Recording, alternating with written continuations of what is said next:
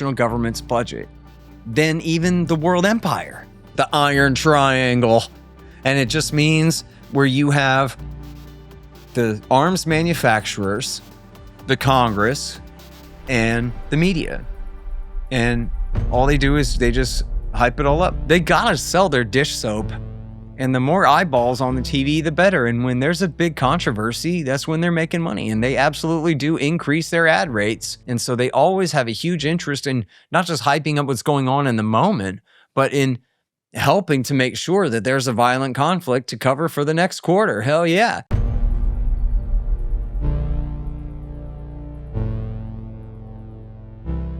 Scott, hi, good to see you.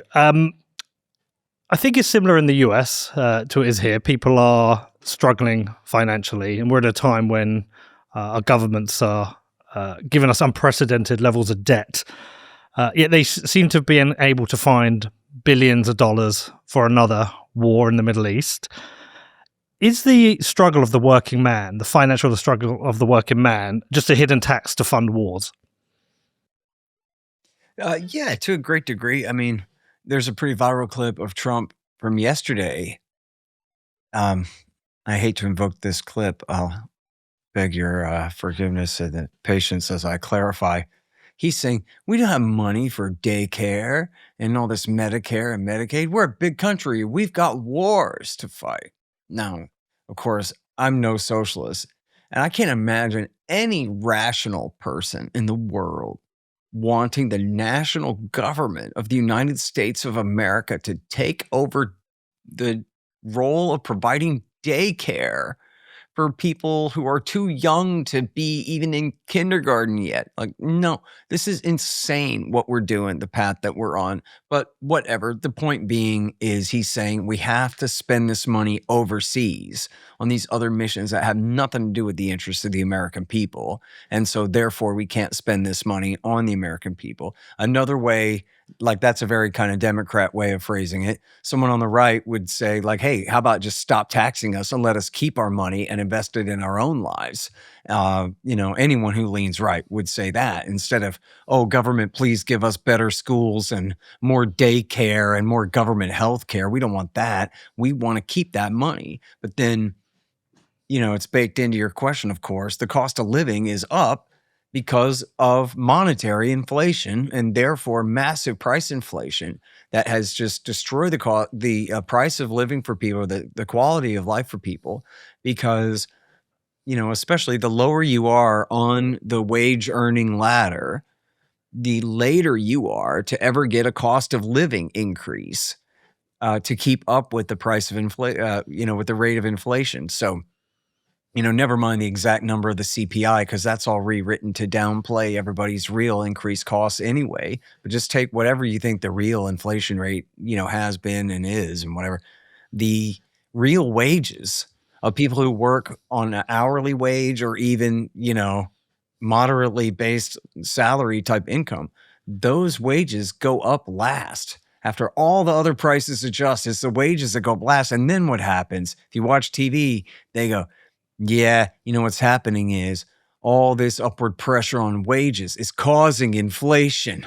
And that's why you have to pay more for everything, is because the greedy employees everywhere keep demanding raises to try to keep up with the price of, the price of everything else, which is getting it completely backwards and wrong and blaming the victims for the problem. And so then on top of that, you have all of the national debt, which if you count all the different unfunded liabilities, like God knows what the number really is, but the official $40 trillion national debt, as Senator Rand Paul said the other day, we're borrowing money to pay interest on the debt. And if you look at the chart now, interest on the national debt is now a larger percentage of the annual national government's budget than even the world empire. And in fact, even if you count the real cost of the world empire, which is about $1.7 trillion, according to Winslow Wheeler, in the accurate accounting, if you include the nukes and the VA and other things like that, it's really $1.7 trillion a year we spend on the world empire. We spend even more than that on interest on the debt. In other words, one way to look at it would be that for just one example, not limited to, but for one example, every single person in the state of Texas, every Texan who's worked and had to pay income taxes to the national government is going to pay them in 2 weeks is the deadline for everyone to pay their income taxes. Virtually all of that money, all of it, is going directly just to pay interest on the debt to sovereign national government central bank bondholders in South Korea, in China, and Australia, and wherever has invested in U.S. government debt. And so that money is not even going to, help a little lady or even kill a Palestinian or anything. It's just getting pissed away. It's being destroyed. And, everyone should have been ironically forced by their government education to read 1984 in school. And there's a part of that book where O'Brien, the big brother evil torturer from The Machine, is pretending to be our protagonist, Winston Smith's friend, and he gives them the booklet on how we screw them, how it works, how Big Brother maintains control. And in there, he says what we do is, by keeping the people in a state of perpetual war, we take all of their excess wealth and we put it in the form of a floating fortress and sink it into the ocean. Or we put it in the form of one of our new rocket ships and we blast their wealth off into space where they can't get at it, so that the people are always desperate and always easy to keep under control, which doesn't necessarily mean they'll always be easy to keep under control, but at least it, and I'm not saying that that's the purpose of it all, but I'm just saying if that's how Big Brother does it, to keep everybody helpless and in a state of emergency and off balance so that they can't control their own destinies well in 1984, then maybe that's one of the major lessons that we should take from that we should seek to limit wartime to absolute necessity and emergency only, self-defense only, and abandon our world empire. Because clearly there's all this fear that if it wasn't us, it would be the Chinese or it would be the Russians, but they can't afford it either. Look at this. The national debt is $40 trillion. We pay more for, again, interest on the debt than even for the whole world empire, more than Medicare and Medicaid. Only Social Security beats it in the spending chart. And so Trump. Yeah.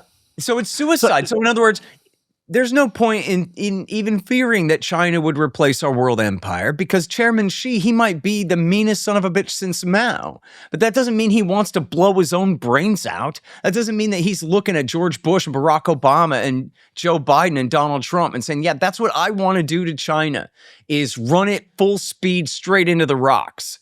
Why would he do that? You'd have to be apparently in power in Washington, D.C. to be so suicidal at this point. It's so obvious what they're doing and the consequences of it. Well, Trump promised no foreign interventions, and to the point where he even was appealing to some of the libertarians. Actually felt like at least we're going to have a politician who's not going to get involved in any more foreign wars. And here we are. The US is involved in another foreign war. It's costing, I don't know, $1 billion a day. Gas prices are up. Inflation is up. People are struggling to put food on their tables. I had Mike Green in the other day. He's a macro analyst, and he said this war has eaten up all the excess capital that some people had in their savings, which was most people less than $1,000. Yeah. It's made him thoroughly unpopular. You've got midterms coming. What is it about Washington and what happens in Washington that has sucked Trump in just to be another warmonger? Well, we all know the answer is in Tel Aviv. It's Zionism, and Trump is bought and sold and paid for and check cashed, and they own his ass, and therefore America. That's the answer. It's been like this. W. Bush wanted to go to Iraq. Nobody tricked him into doing it or made him do it. But when he needed it done, who lied us into war? It was the vanguard of the Israel lobby, otherwise known as the neoconservative movement. Those were the guys who came up with all those lies about the weapons of mass destruction and the ties to Al-Qaeda and all that stuff.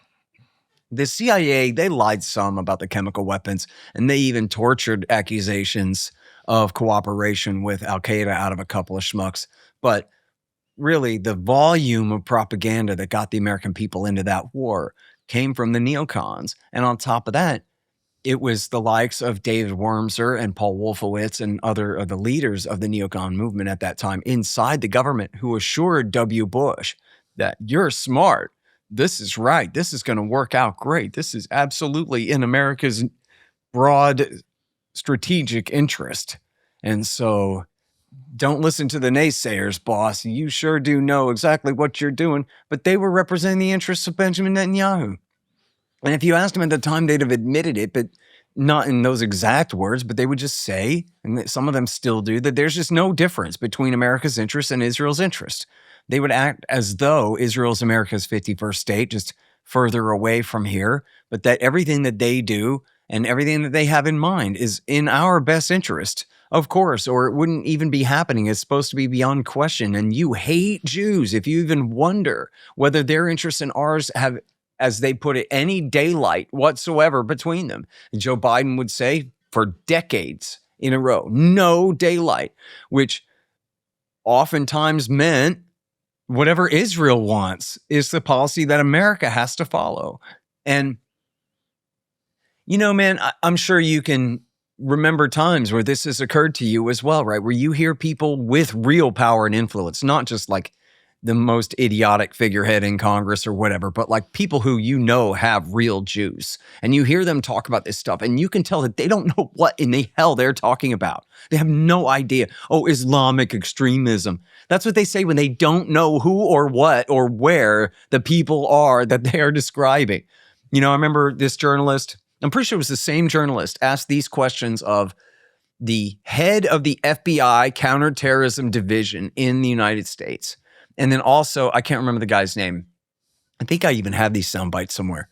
And he asked Sylvester Reyes, I'm pretty sure it was the same reporter, asked them both. And Sylvester Reyes was the Democratic chair of the House Intelligence Committee. And this is in W. Bush years. Call it 2006 or 7, in the height of this fever, okay? Iraq War II at a fever pitch, 3,000 killed a month, and including our guys getting suicide bombed to hell and back, and just crazy, right? Times. And he asked the head of the FBI Counterintelligence Division and the head of the House, the chair of the House Intelligence Committee, what's the difference between Al-Qaeda and Hezbollah? And they went, ooh. You're the head of the FBI Counterintelligence Division, counterterrorism. At 5 o'clock, you just go drinking and that's it? You don't give a shit about this at all? And then, so I think that's the same, that's one example, a couple examples, but you hear the same thing like with Syria. No, we're back in the moderate rebels. No, they're not. They're suicide bombers. They are Al-Qaeda in Iraq from the last war. They're building a caliphate. They said, quote, I'm building a caliphate. Like, we should not be doing this. And then they just do it and do it and do it anyway. And you can hear them justify it. Well, Assad is far worse. No, he's not. He's putting down an insurrection of suicide bombers. Inexplicably, bin Ladenites backed by the U.S. You're the inexplicable part, not him. What in the world? And you can see how, yes, of course they're lying, but also to a great degree, and depending on who inside the party we're talking about, they believe their own lies. So here's one you've heard a million times. Iran is the greatest state sponsor of terrorism. Well, you notice how I always explain everything. You notice how they never explain anything? What do they mean by that? They mean that Iran backs Hamas and Hezbollah, right? Or Hezbollah. I like Hezbollah. So what? Hezbollah didn't knock our towers down. That was Al-Qaeda that did that. And Hamas are Sunni fundamentalist Islamists, but they're not bin Ladenite, radical, Leninist, set the world on fire revolutionaries. They're just barely trying to hang on to their own ass in their own concentration camp where they're imprisoned. Yes, Scott, but I've lived with perpetual war my whole life. That's all I've known is war after war. It's all we've had.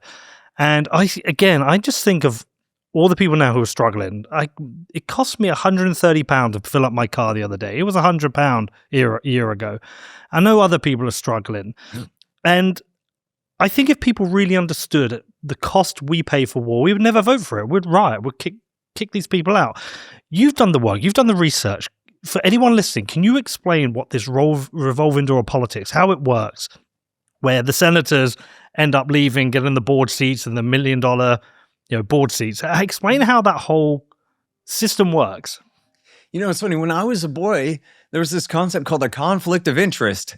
And I swear, like, you could go many years in a row without even hearing that phrase anymore. It's just built in that this is the system. This is how it works. And, I'm extremely libertarian. To me, there's completely free market economics, and then everybody else is a commie/fascist who believes in centralized control of everything. And then implicit, then, of course, is just corruption. Because when you're using political force to make things your way, you're cheating at the expense of the way things would have shaken out otherwise in a fair and free market type system. And so, to me, the entire regulatory state is, and hell, go read the Federalist Papers. Why did Hamilton help write this Constitution in the first place? The whole point of it was to create regulatory capture. That was what the purpose of the regulation was, so that it could be captured. And as they said in the Federalist, we want to make the wealthy, the permanent wealthy elite, have their interests completely intertwined with the interests of the national government and vice versa, so that they perpetuate each other over the long term. Well, that's all fine, except that, no, that's the definition of corruption and cheating at the expense of everybody else. When, if you read the rest of the Federalist Papers, supposedly this whole thing's for everybody, and it's supposed to be a level playing field and this and that. But, ultimately, well, let me tell you, the U.S. Constitution would be a hell of a lot more free market than what we got now. But what we got now, in especially the post-Woodrow Wilson and post-Franklin Roosevelt era, is, a quasi-free market, as they call it, which means that the national government is the economic center of the society, and what they say goes. And so then it's just like I learned in school as a kid that, in communism, the government owns everything. In fascism, there's still private property, but the government tells all the property owners what they have to do.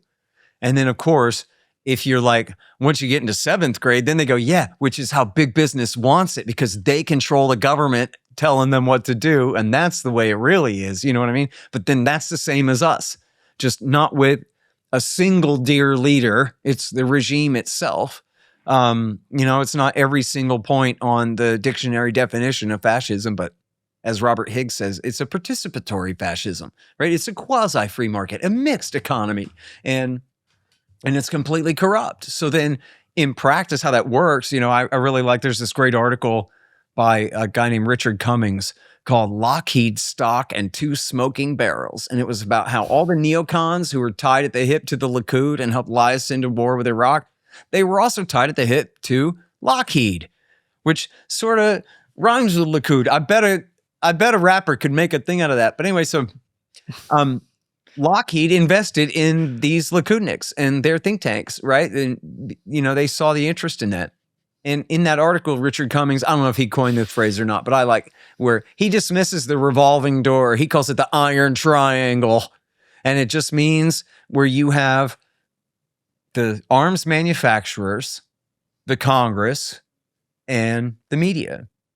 And all they do is they just hype it all up. And of course, the think tanks are in there with the media side of it, churning out all those studies about why we need wars that require these companies' products. And so you had, Dick Cheney's wife was on the board of directors of Lockheed, and virtually all of the actual W. Bush administration neoconservatives had some direct tie or another to it. And virtually all their think tanks, if you look at the CSIS and the CSP and WINEP and whatever, all of them, CNAS and all of the major think tanks, they're all financed by major arms firms. They don't make any pretense of it. A lot of them, I don't know if they're even required to do this, but they will publish, here are our major donors on their major donors page, and they'll list all of these firms, and their conflict of interest is bare for all to see. And then, you know what? At that point, if that's the business you're in, if you're a lobbyist for Westinghouse, then your job is getting rid of nukes or Honeywell or Lockheed.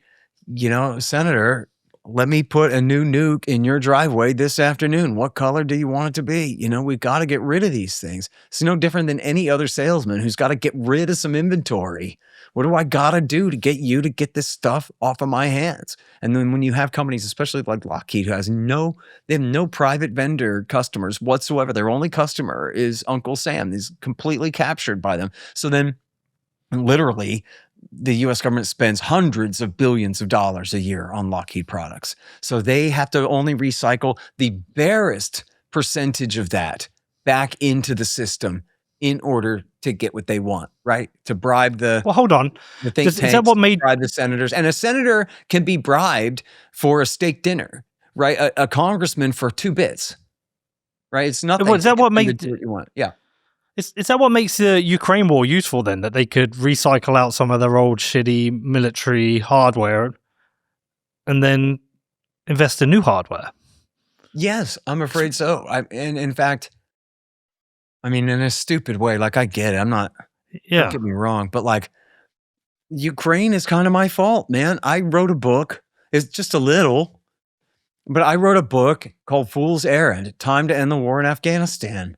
And I think I made a slight marginal type difference in the debate at that time, where I know that book got passed around in military officer circles. I know it got passed around, at least some of those type think tanks. It was a little bit controversial, and some people read it. And I think to a small degree, it may have had some effect on the decision overall that like, yeah, we should go ahead and quit.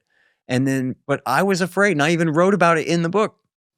I'm pretty sure, definitely in enough already, but I'm pretty sure I wrote about this in Fool's Errand as well, that like, I'm not saying we should pivot out of Afghanistan to somewhere else, and I'm not trying to, I do recognize that their interest in keeping something going somewhere, and leaving Afghanistan could be dangerous. I mean, I would never argue ever that it's okay to sacrifice the life of these innocent Pashtun peasants in Paktika province, okay? But it could be that pivoting from there ends up meaning we get into a war with Russia, because somebody has to empty these bomb inventories and refill them again one way or the other, and I think there is, really a lot to that, and it's very unfortunate.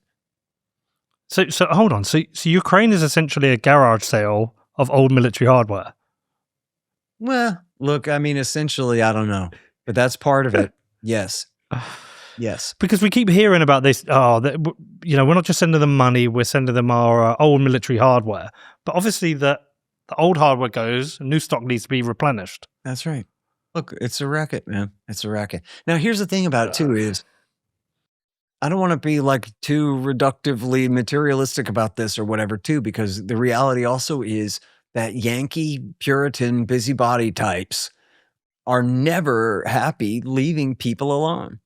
And, Southern Scots-Irish types like to get drunk and fight, man. And there's an entire cult of power in Washington, D.C., outside of the neoconservative movement as well, that just, they absolutely always imagine that they are Superman, the ultimate tough guy, but never the bully, always the hero saving the world. And everyone that they come up against is evil, or else why would they be coming up against them when they already know a priori that everything that they do is good? And so anyone who resists us is resisting us because of how evil they are. And all of this, stuff baked in. Again, if you listen to the people talk about this, the people with power and influence, you could tell they're completely stupid. Tucker Carlson in his debate, or his kind of was his interview with Mike Huckabee, he goes, well, the Israelis pushed us into Iraq. And Mike Huckabee goes, what are you talking about? Israel had nothing to do with that. That was because Iraq did 9/11. And Tucker Carlson's like, no. And then I forgot exactly how the conversation went from there, but they didn't really like focus on that point. I think they did a little bit, but like, dude, do you really think that Saddam Hussein did 9/11? You're Mike Huckabee. You were a governor at the time, weren't you? You ran for president of the United States. Do you really think Saddam Hussein's Mukhabarat put Osama bin Laden up to that? Or whoever all helped him do it too? Like, you couldn't be more stupid and wrong. And he wasn't lying, right? He's literally that out of touch with what's going on. And I think, you hear them make big mistakes like that. They push, they're saying now that Iran did the USS Cole attack. did not either, man. That was the bin Ladenites that did that. And we know who they are. I mean, all of that has been so thoroughly reported. Those people have been prosecuted, and they were not the Ayatollah's men. They were Osama bin Laden's men. And it's just, but probably a great percentage of the people repeating that lie, they're just hearing it for the first time now and repeating it. They don't know anything about it. If you quizzed them, they probably don't even know when the Cole was bombed. But they just know that this is what we're supposed to say now. And yeah, it really sucks, man. The narrative can be so powerful. And as Alan Bach said, 23 years ago, he says, people want to believe. Give them a good something to believe in and they'll do it. In fact, too much information kind of ruins it, because then they know or don't know or know otherwise. Just give them enough so they gotta have faith. Yeah, but also, we want people to believe something else. I mean, look, we're lucky we have the internet and the ability to distribute content. We're lucky we have you, Dave Smith, Tucker, people who are actually challenging this. This is a good thing, because you do come up against these narratives. But I think it would be really important for people to understand the role that the corporate media, the mainstream, the bullshit media has played in convincing people of these lies. How much of that have you looked at? Well, again, there's multiple levels to look at it, right? I mean, you have religious and political beliefs on the part of people who are in there. I left off religious. I was going to remark about that too, that can be a huge part of the thinking that goes into this stuff.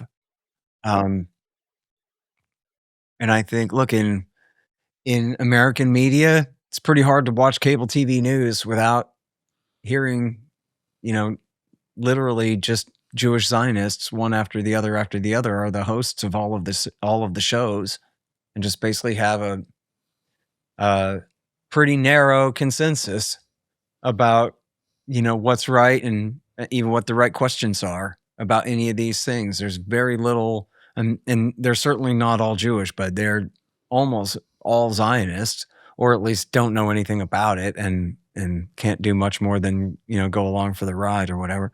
But there's a point of view that's just built into that about, well, who's our friends and who's our enemies, that, other Americans might not really be able to relate to that at all. If you're not a dispensationalist Christian and you're not a Jewish Zionist from the coast somewhere, but you're just some regular guy from some regular town in the middle of nowhere, you might wonder what any of this has to do with us at all, any more than if they were trying to make a big deal about a fight between Bulgaria and Romania and why this is America's business. I'm sorry, I hope everybody over there is okay, but it's not up to me to decide where that border is, man.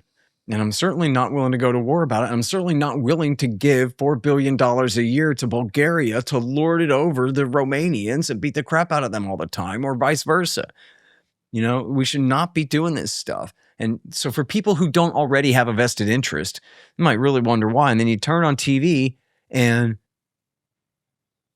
again, the consensus is just baked in. They virtually never explain it. Oh, Iran is the greatest state sponsor of terrorism. Iran is about to get a nuclear weapon. Oh, Iran, they just hate us and they would attack us if they could, or whatever. These are all just slogans, right? These are all just points of view without any real explanation of why they're true at all. Does everybody know? Scott, we had it here. When Keir Starmer wouldn't get involved, we suddenly, 2 days later, 3 days later, we saw news articles saying Iran now has an intercontinental ballistic missile that can hit London. Right. Just appears in the press. Yeah, and it was funny because I guess it was NATO command refused to stand by the claim that must have been an Iranian longer range, intermediate range missile, I guess, that was fired at Diego Garcia. A couple of them, they say they shot one down. They don't know what happened to the other. But then, the media went wild with that story for a few days. They're like, oh, there we go. These are the reports, and we have to believe them that Iran fired these longer range missiles than we ever knew they had before. And then they all claimed, and the Ayatollah lied that they weren't doing that. But then, no, you check last October, he lifted the restriction on the range. It was not a engineering limitation. It was a political limitation on the range on those missiles, which the Ayatollah had previously decreed, and he changed his decree last October. So there was no secret about it that he had then, authorized the development of longer range missiles as well. So, they want to make a bunch of propaganda out of that. I'm sure it was very useful in scaring the people of Western Europe that, oh, geez, I guess it was a good thing that somehow America started this conflict that now allegedly has put you all at risk. Better finish them off now rather than wait. That kind of deal. And as far as the media overall, I hate to say this because it sounds so stupid, but like they gotta sell their dish soap. And the more eyeballs on the TV, the better. And when there's a big controversy, that's when they're making money. And they absolutely do increase their ad rates depending on their, minute by minute and quarter hour by quarter hour Nielsen ratings that tell them how many eyeballs they've got. And if things are exploding, people are tuning in. And so they always have a huge interest in not just hyping up what's going on in the moment, but in helping to make sure that there's a violent conflict to cover for the next quarter. Hell yeah. It's, totally in their interest to do it that way. And, you see this a lot with, I'm sure you probably know more about this than me, but there's this whole libertarian theory and area of study called public choice theory about how all the public choices are made by private people. And they have their own interests in doing things. They don't become selfless angels every time that they get a job in government employment. And they end up doing what seems best for them at the time, no matter what it means for the overall policy or what it means for the people of the country. And so you definitely have a lot of that. A lot of incentives lining up between media, politicians, and the military. Should we even be calling it the military-industrial complex? Shouldn't we just be calling it the war-industrial complex? Because it needs war to survive. Sure. Nick Turse, the great journalist, wrote a book called The Complex, where he says, it's the military-industrial, media, academic, scientific, Silicon Valley, tennis shoes and whatever you got. Like, I don't know how hard they really lobby, but yes, the companies that make the combat boots and the shoelaces and even, Colgate and Crest selling their toothpaste and whatever. You have all these massive corporations that have massive deals with the military as one of their most important customers. And if you're in the hardware business or you're in the toothpaste or tube sock business and you're not doing everything you can to compete for Pentagon contracts, then you're just giving all that money away to your competitors. And so you got to play that game, man. And so a huge part of the economy is captured. This is David Stockman's great book, The Great Deformation. That's what it's about, is how much of the economy is just completely bent and twisted toward militarism and away from all the other proper incentives that people need to do good business and provide, a good standard of living for people. Scott, how do you deal with this emotionally? Like, you run antiwar.com, you've written books, you do endless podcasts, you give up time to people like me to help make people more aware of what's going on. You look at this evil right in the eye all the time. How do you emotionally deal with this?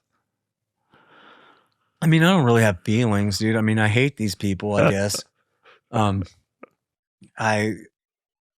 I get an opportunity to spread my contempt around to other people, and hopefully they'll agree and also hate these people. I was thinking, when I was younger, I was warned that when you're examining history, you got to be careful about how judgmental you are about everything. Examine as you will, but keep in mind that everybody is a man of their time, and they can only see through their eyes and through, as Tom Woods would say, the 3x5 index card of allowable opinion at the time that they're alive and looking at things. And so all that.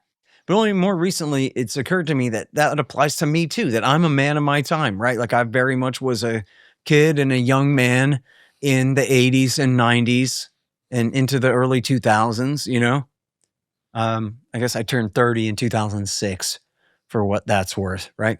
So, I mean, for me, when I was 16, Bill Clinton came in and replaced the Republicans, and he was exactly the same as them and then burnt all the Branch Davidians to death. So I already hated cops, and I already knew that Ronald Reagan was the biggest cocaine salesman in the history of the world and was the same guy who was also the biggest jailer of the consumers of cocaine in the history of the world. I knew there couldn't be anything more cynical than a Republican in power. And I saw their evil, stupid war in Iraq as well, which I liked the war just because I wanted to see explosions and I was 15 at the time. But I knew that it was corrupt and cynical, and they invoked the United Nations authority to do it and all this crazy stuff. And then Bill Clinton came in, burnt all the Branch Davidians, lied his ass off about it, and everything else through the end of the century. And so that's just how I am and who I am. I just hate government, dude. I fucking hate them. I hate cops, and I hate legislators. I hate executive branch employees, and I hate judges. I hate them all. I can't stand them all. That's the conspiracy. That's the secret society. That's all, plotting against you. It's the state. And their job is protecting each other and extracting from regular people on behalf of the corrupt who've already made it and bought them off.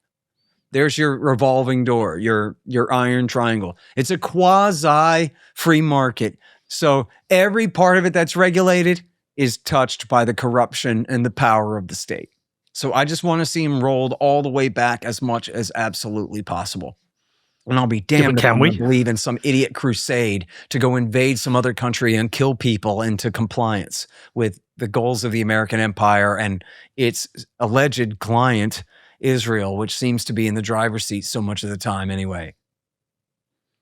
Can we beat them? Well, can we roll them back? How do we roll these people back? Well, so the fun part, right, is that the people are just more and more sick of it. But yeah, especially specifically if we're talking about Zionism now, where people are just really over it. And yet the political parties at the top are completely pwned. And so you're having, right now, in the most immediate term, this is a problem for the Democrats. Because on the right, it's more like 50-50.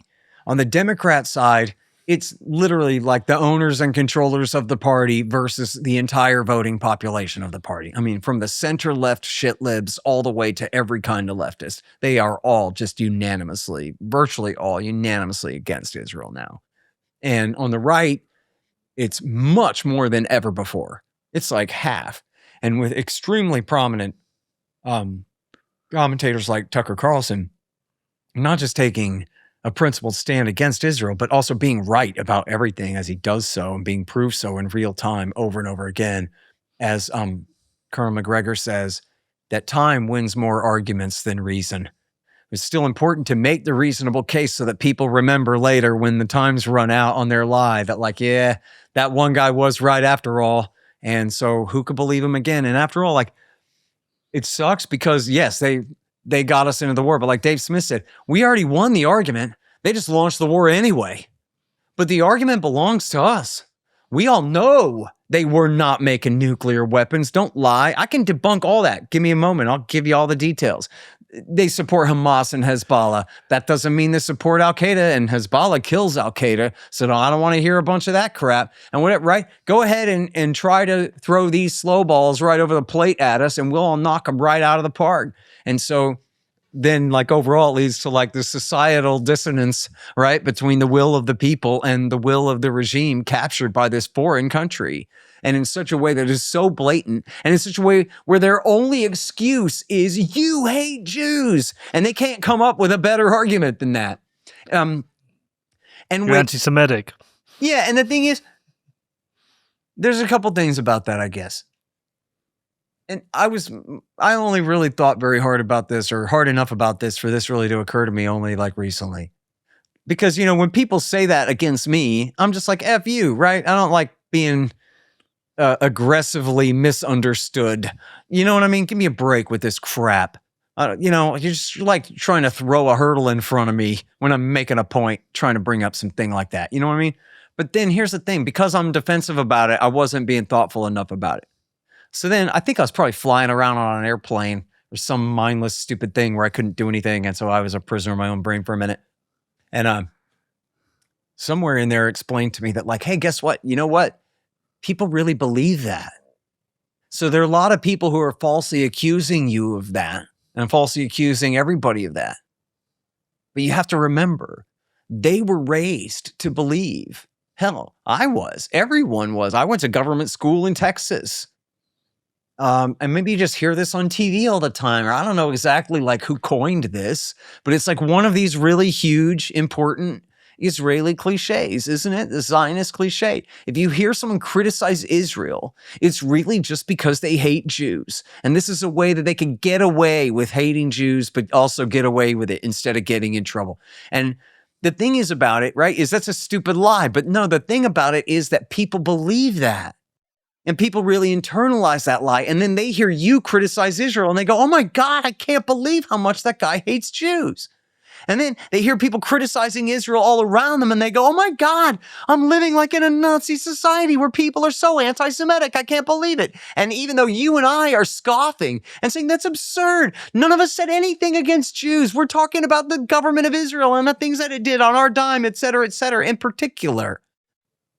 All they heard was us getting away with anti-Semitism by disguising it as criticism of Israel, because they've already been inculcated in that. They've already been inoculated against hearing this argument, and that's their escape hatch. And so I actually wish I had really thought harder about that previously, because it means then like maybe I can try a little better to explain myself to people who honestly misunderstand.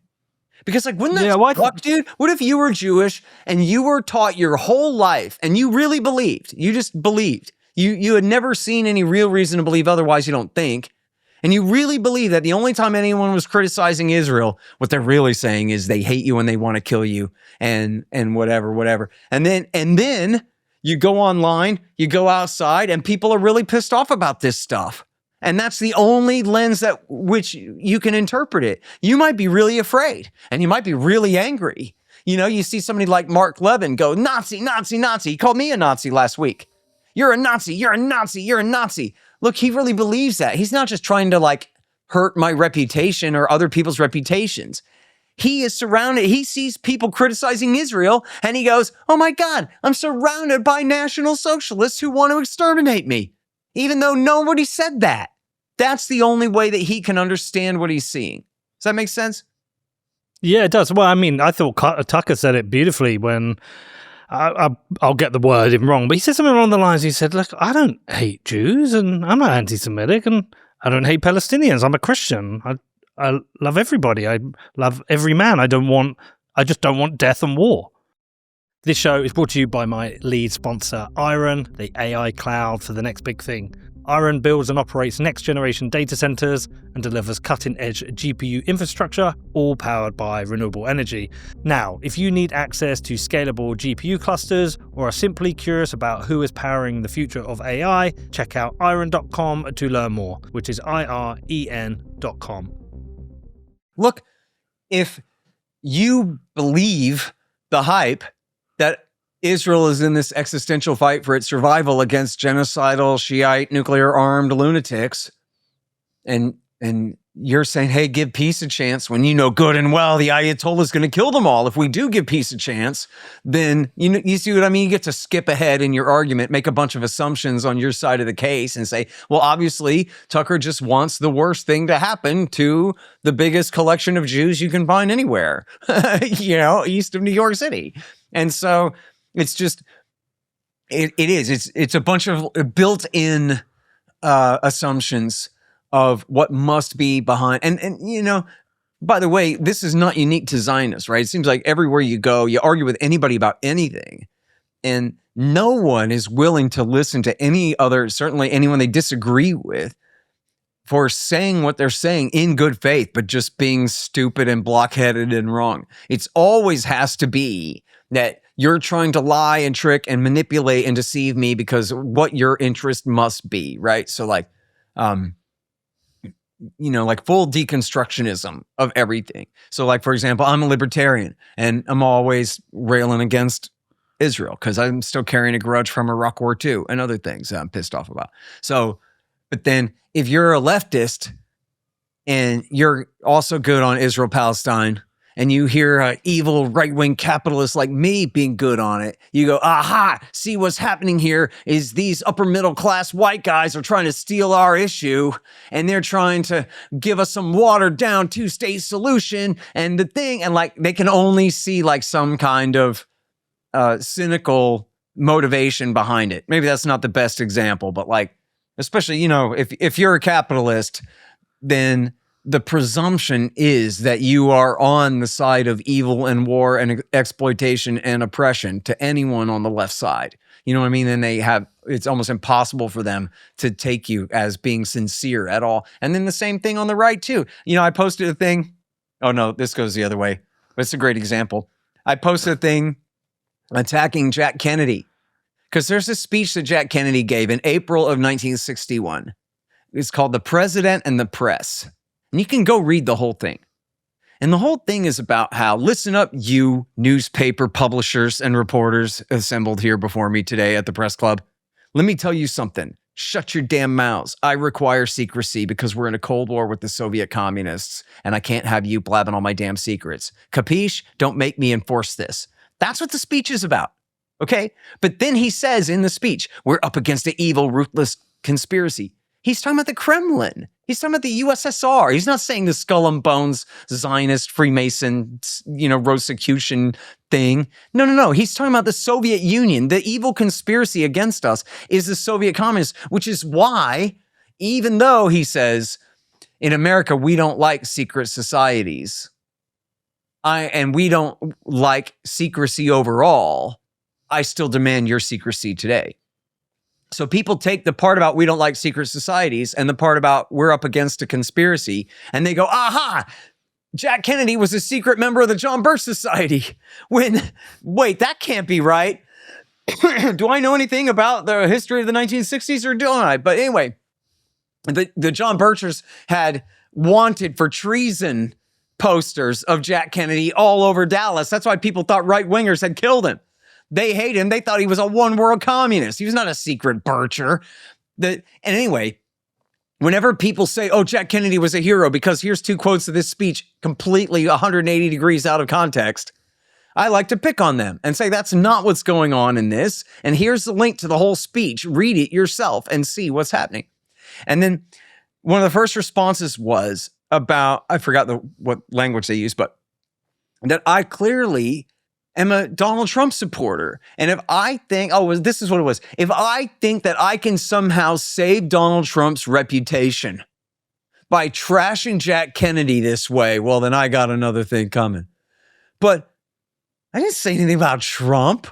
It had nothing to do with that whatsoever. I just don't like it when people like Jack Kennedy because I think he was nothing but Barack Obama. And I think that if no one had ever killed him, he would be remembered as just a Barack Obama. There was nothing great about him at all. He probably would have escalated the Vietnam War almost as bad as Johnson, if not exactly the same or what. So that's all I was saying. But this person leaning left could only see this as an attempt to save Trump at the expense of beating up an old Democrat.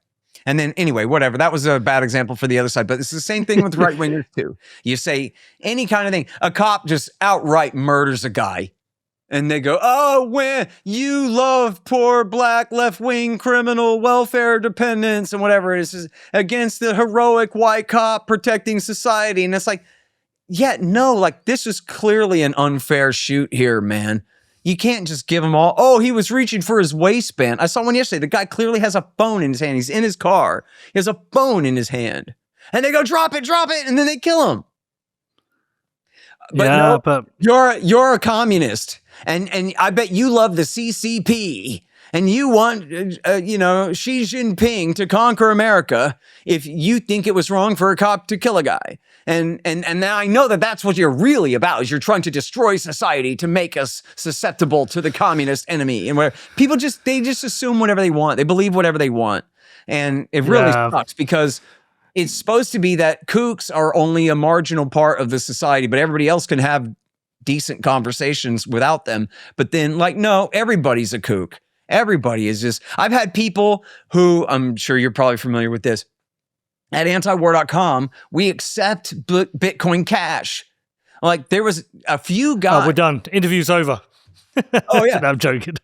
so there were at least a few people who went on like full jihad against us for that because they said, listen, Yeah. argument in their own mind, argument number one is Bitcoin Cash is an evil conspiracy against Bitcoin. Premise two, Bitcoin is the only way in the world to stop wars. And premise three, everyone who wants to stop wars already agrees about that.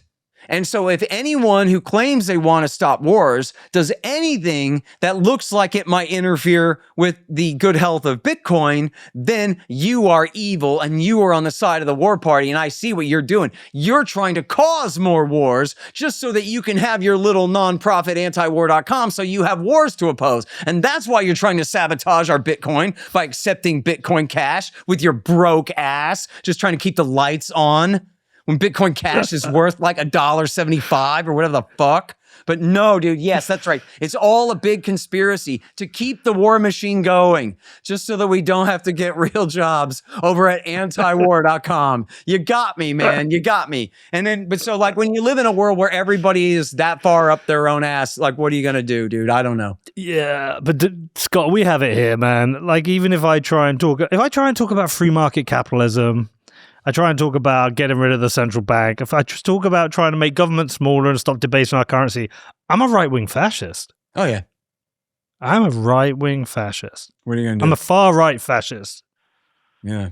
You make a good point. Especially over there in the UK, right? It's got to be worse. Yeah. Yeah, but you make a good point on Bitcoin. It probably would help if we could separate money and state. Yeah, I mean, boy, far be it from me to oppose Bitcoin. I accept all digital currencies. Donate today at scotthorton.org/donate and libertarianinstitute.org/donate. By all means, I'll take your Bitcoin this and your Bitcoin that. Oh, man, Scott, does anything give you hope? Well, yeah, I'll tell you what. In fact, I was kind of tweeting about this morning that I'm actually moving right now. As you can see, the bookshelves are empty behind me here.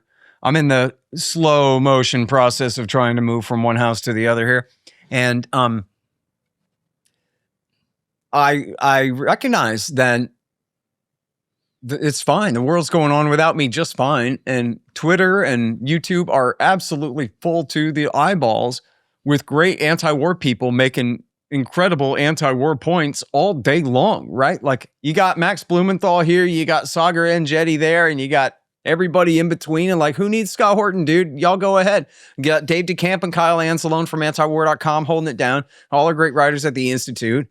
I'm not quite on vacation. I'm doing like once a week on Thursdays. I do 7 or 10 shows like this. I let a bunch of people interview me, and then I do a couple of interviews of my own, and then I do my show with Daryl at night, and then I'm trying to spend as much as the rest of the time as I can moving. And then, but like, so what? Nobody misses me. It's fine because all the work's getting done anyway. Antiwar.com hums along just fine without me. I got Hunter Durensis to be the editor of the Institute site for all our great articles there. Again, I'm doing these type of interviews and a couple scattered throughout the week, but mostly I'm trying to keep them all on Thursdays. So I'm making myself available to hosts like yourself who want to hear about this stuff. But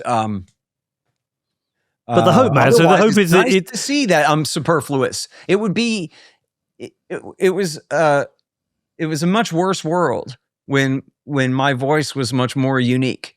You know what I mean? Like I really am very happy to see so many people out there, and not that they're all like parroting me or anything like that. There are Hortonians, they call themselves, but there are plenty of people who are just good on this stuff. They're not relying on me to get it at all. Maybe they're relying on antiwar.com a bit on Dave DeCamp and the guys at antiwar.com, but so many people are doing such a great job in opposing this thing that whatever I contribute is really on the margin anyway. To the thing, and so I'm very happy about that. You know what I mean? It's yep. I'd prefer to just put myself all the way out of business, quite frankly, and get a job. You know what I really want to do? I want to own a power washing company where I go and I take people's filthy driveways and then I make them less filthy. That's what I wanted. But I gotta end the world empire first. Dude, you're being too humble, Scott. All right, listen, look, I've taken up enough of your time. I really do appreciate it. I wish we could have done this in person. But anyway, just a final question. Yeah. Perhaps some people might stumble across this. Some people, they're not libertarians. but the people are a bit pissed off. But they're seeing everything that comes out in the media and from the politicians, and they're being convinced that, oh, if you don't have this war, then China's going to do this, Russia's going to do that. You need America as the world police. There's a choke point there on the Strait of Hormuz, which is, that needs dealing with. Otherwise, it affects the global flow of capital. Blah blah blah. If they're hearing all that bullshit and believing it, what would you say to them? It shouldn't have started this war, man, and we can't go back, but we can just quit now. We used to argue about this with Iraq. What's the best way to tie up these loose ends? What's the best way to leave Iraq? And the first answer is, you don't have the right to kill anybody. How about we start with that? How about stop killing people right now? And then as far as the military empire, hey, our bluff has been called. I mean, I'll be the first to tell you that Trump called Iran's nuclear bluff last year when he bombed the crap out of their facilities in June. Well, they've now called our military empire in the region's bluff big time. They've hit every single base we've got from Erbil down to Muscat down there in Oman. And $1 trillion worth of economic targets up and down the Gulf, refineries and ports and all of this stuff. As Justin Logan from Cato said, what good is a military base that you can't wage a war from? I read this thing, I about laughed my head off, man, that the Iranians, they hit a couple of radars there, but otherwise they have not been hitting the Al Udeid Air Base in Qatar because Qatar has forbid America from launching missions from there. So the base is spared, but we can't use it. So what we should do is just give it up.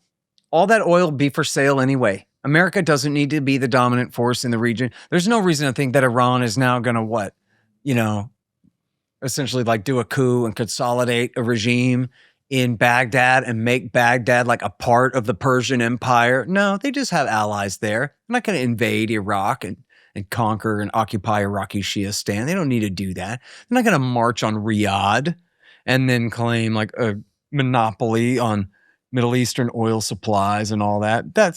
There's no reason to fear that.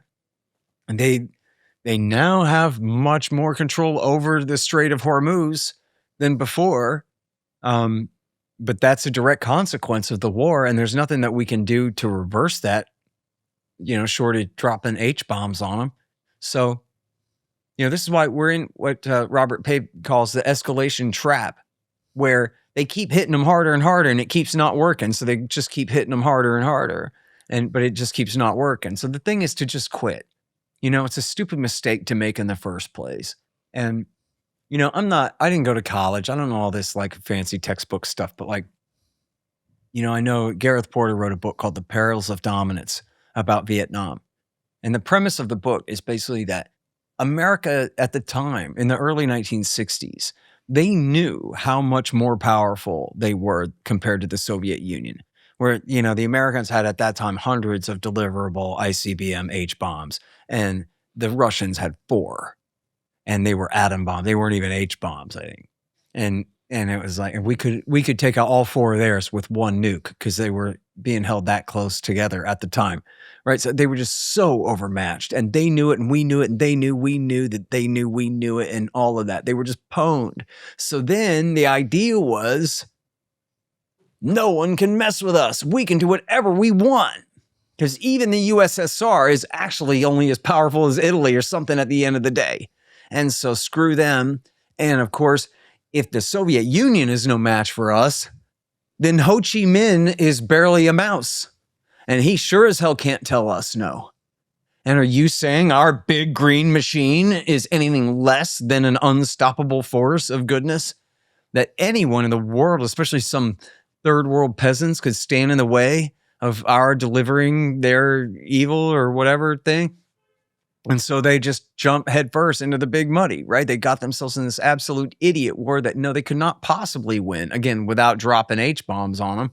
And so the peril of dominance was, right, that the American regime would do this to itself and to the country, biting off way more than it can chew. And it's the same kind of thing here, especially with a guy like Donald Trump. And the same thing happened with W. Bush. In 2002 and 3, let me tell you, the U.S. military, it's the Jolly Green Giant, right? Like, no one can stop it. It's the greatest juggernaut of all combined armed force in the history of the world. I know you're not saying that you don't believe in our army and its ability to kick the bad guys' ass, right? So now you can see how that's totally beside the point. Yes, of course, the 3rd Infantry Division is badass, right? The 82nd Airborne can drop out of planes and put firepower on things and all that. But what's your strategy? Whose side are you on? What difference does it make in the end, what you do here and which direction you're taking this battle? So might becomes like an illusion for control when tactics and operational art are one thing, but strategy is something else, right? Like, Clausewitz, politics or war is politics by other means, right? You're trying to accomplish something here, right? Not just make a big bang. But so for Donald Trump, I mean, what can you say, man? His analysis is only going to go as deep as, say, Mike Huckabee or W. Bush or Lindsey Graham or one of these guys. They all speak in cliches. They all, Trump understands that, yes, he is probably the most powerful man who's ever lived. Who could question his ability? He quite literally can order an H-bomb strike on any country in the world right now, and no one can stop him. That is absolutely within his power to do. And you can see where they didn't even really discuss stopping by Congress and trying to get an authorization for this war at all. And Trump even says, well, I don't call it a war because then I'd need an authorization. So instead, we call it a conflict instead. Like, oh, man, this is worse than Libya. Or, well, I guess it's what Obama did in Libya, basically starting a war without any kind of authorization or even asking. Precedent set there. But shit, I'm sorry. I forgot where I was going with that. Oh, just that I think... You don't need to believe this shit. Yeah, I'm sorry? People don't need to believe this shit. Well, yeah, that would certainly be part of it. Yeah. And I guess I was going to say just something about how he was impressed by these arguments about how easy it would be.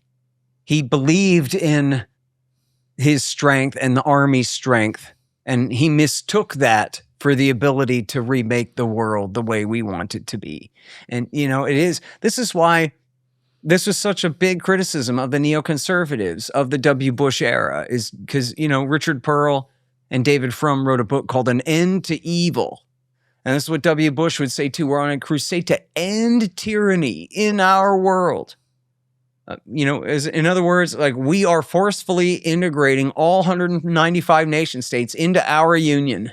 And we will guarantee to each of them a Republican form of government along American lines. And we will stop at nothing to overthrow them all until everybody's regime is just how we want it, completely ignoring the fact, right, that we're, again, quoting Alan Bach from my very first interview 23 years ago, next week, violent and destructive means determine violent and destructive ends. And, military power is not a bunch of magic wishes where you just get to make things exactly as so. And I think Trump got, very badly sold a bill of goods about how easy this would be. And now he finds himself really stuck. And I guess the worst thing, right, is it's very likely that he does not know a good way to end the war where he still looks good. So he ends up just stuck keeping it going. Ugh. Well, listen, Scott, I appreciate you, man. I appreciate antiwar.com. Anyone listening, go check out antiwar.com and support it. And go to Amazon and check out Scott's books. And check out the Scott Horton Academy. I guess my mic's... Yes. The Scott Horton Academy of Foreign Policy and Freedom. And in fact, we have a sort of a free sample of a sort of the Scott Horton Academy. If you go to thefactsaboutiran.com, you get a good background briefing on America's relationship with Iran over the last 40 years there. Thefactsaboutiran.com. Yeah, go check that out. Scott, I hope we could hang out in person sometime. If I'm back in Austin, I will let you know. But look, I appreciate you giving me your time, doing this work. Keep doing it. Your voice is important. And yeah, thank you to everyone listening. Peace out.